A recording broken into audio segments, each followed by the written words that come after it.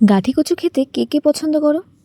গাঠি কচু খাওয়া কিন্তু ভীষণ উপকারী। প্রচুর ভিটামিন রয়েছে, ফাইবার রয়েছে, আয়রন রয়েছে। তো চলো ঝটপট আজকে দেখে নাও গাঠি কচু চিংড়ির এই দারুণ রেসিপিটা। প্রথমেই গাঠি কচুকে ভালো করে খোসা ছাড়িয়ে জল দিয়ে ধুয়ে নিয়েছি। এবার একটা মিক্সচার করে নিচ্ছি আদা, কাঁচা লঙ্কা, রসুনের। দুটো বড় বড় সাইজের পেঁয়াজ কুচিয়ে নিয়েছি আর একটা বড় টমেটো কুচিয়ে রেখেছি। এবার গাঠি কচুগুলোকে সাইজ মতো করে কেটে জলের মধ্যে দিয়ে দিচ্ছি। পরিমাণ মতন লবণ আর হলুদ দিয়ে কিন্তু এটাকে সেদ্ধ করে জল ঝরিয়ে নেব। চিংড়ি মাছগুলোকেও লবণ আর হলুদ দিয়ে ম্যারিনেট করে নিয়েছি। এবার কড়াইতে কিছুটা তেল দিয়ে প্রথমে চিংড়ি মাছগুলোকে ভেজে নেব। ভাজা হয়ে গেছে চিংড়ি মাছগুলো। এবার ওই কড়াইতে আরও কিছুটা তেল দিয়ে দিচ্ছি প্রথমে সাদা জিরে ফোড়নে আর দুটো তেজপাতা ফোড়নে। দিয়ে দিচ্ছি এবার পেঁয়াজ কুচি।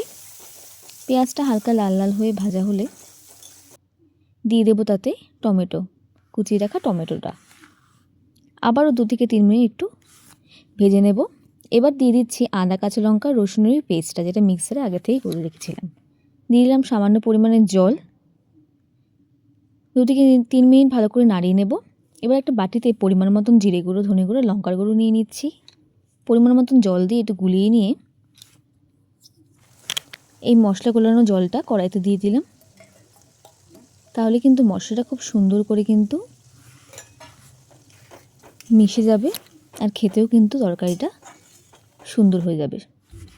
এবার দিয়ে দিচ্ছি স্বাদ মতন লবণ, দিয়ে দিচ্ছি পরিমাণ মতন হলুদ গুঁড়ো,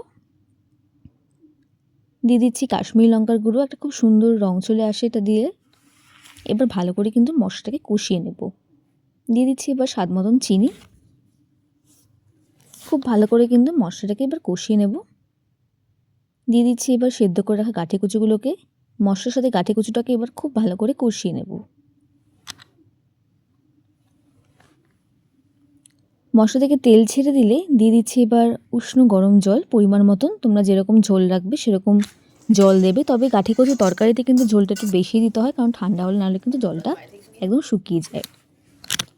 জলটা ফুটিয়ে আসলে দিয়ে দিচ্ছি ভেজে রাখা চিংড়ি মাছগুলো।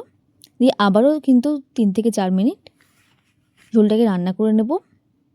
তারপর দিয়ে দেবো গরম মশলার গুঁড়ো। দিয়ে আবারও কিন্তু কিছুক্ষণ রান্না করে নিয়ে নামানোর সময় ধনেপাতা কুচি দিয়ে নামিয়ে নেব। খুব সুন্দর হয়।